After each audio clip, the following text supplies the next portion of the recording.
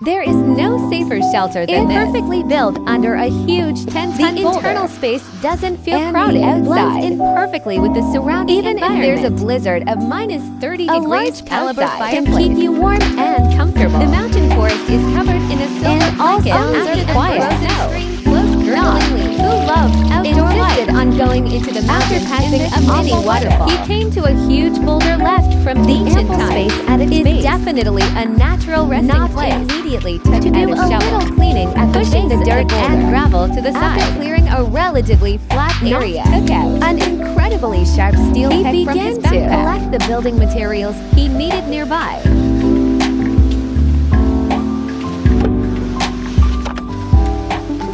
Once everything was ready, he first used a tape measure to accurately measure. Then, based on the measurement, he embedded suitable logs to serve as the main support for the framework.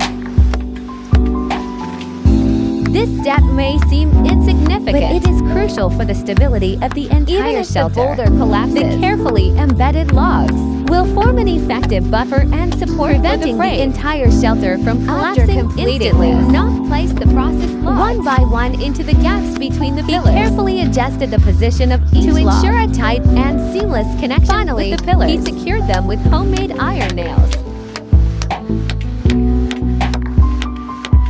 After such a meticulous process, a stable and organized wall was before sealing the other wall. Knopf selected to thick and straight logs and arranged them in to serve as the main support beams. He then for the bed some thinner logs and placed them vertically on the support thinner beams. Logs were evenly distributed, a flat and somewhat elastic base for the bed. He lay down to test it. After confirming it was okay, he found some glowing green pine needles and spread them evenly on the bed.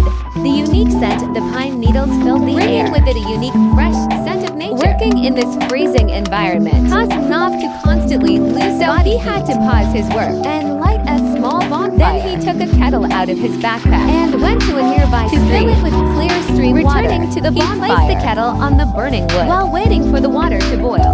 Knopf put spoonfuls of Sanlu milk powder after the stream water was heated by the fire. He carefully poured the boiling water into the cup with the milk powder. He stirred gently with a spoon. The milk powder dissolved quickly in the water. A milky aroma. Knopf held the cup and slowly blew away the hot steam on the surface of the nutritious the warm powder from his stomach to his whole body.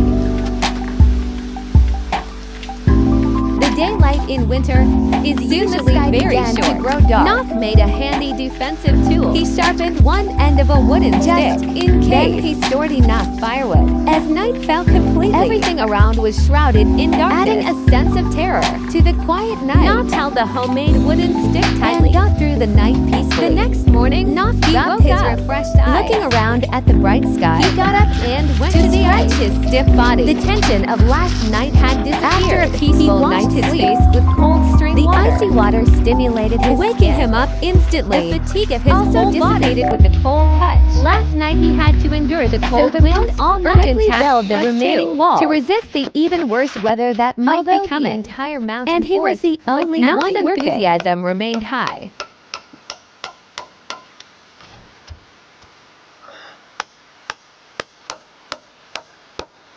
Considering the indoor lighting and he built the window in a suitable position. This window was of moderate size, plenty of sunlight to enter the house away the coldness without being too big to let cold wind easily also allowed him to observe the situation outside. As for the gap on one side, he just needed to stack 10 pieces of rock one by one to any natural foam to the top of the boulder and scrape. This moss was used to fill the gaps instead of carefully pushed the scrape moss into the gaps in the moss was soft and had a certain elasticity for filling those irregular gaps. He carefully pressed on each piece of moss, making sure they were tightly fitted into the gaps. Not a single bit of cold after dealing with these gaps. He found some good quality small sticks and arranged them neatly together. The back was fixed with Z-shaped branches. After fixing it with half, it could be opened and closed freely.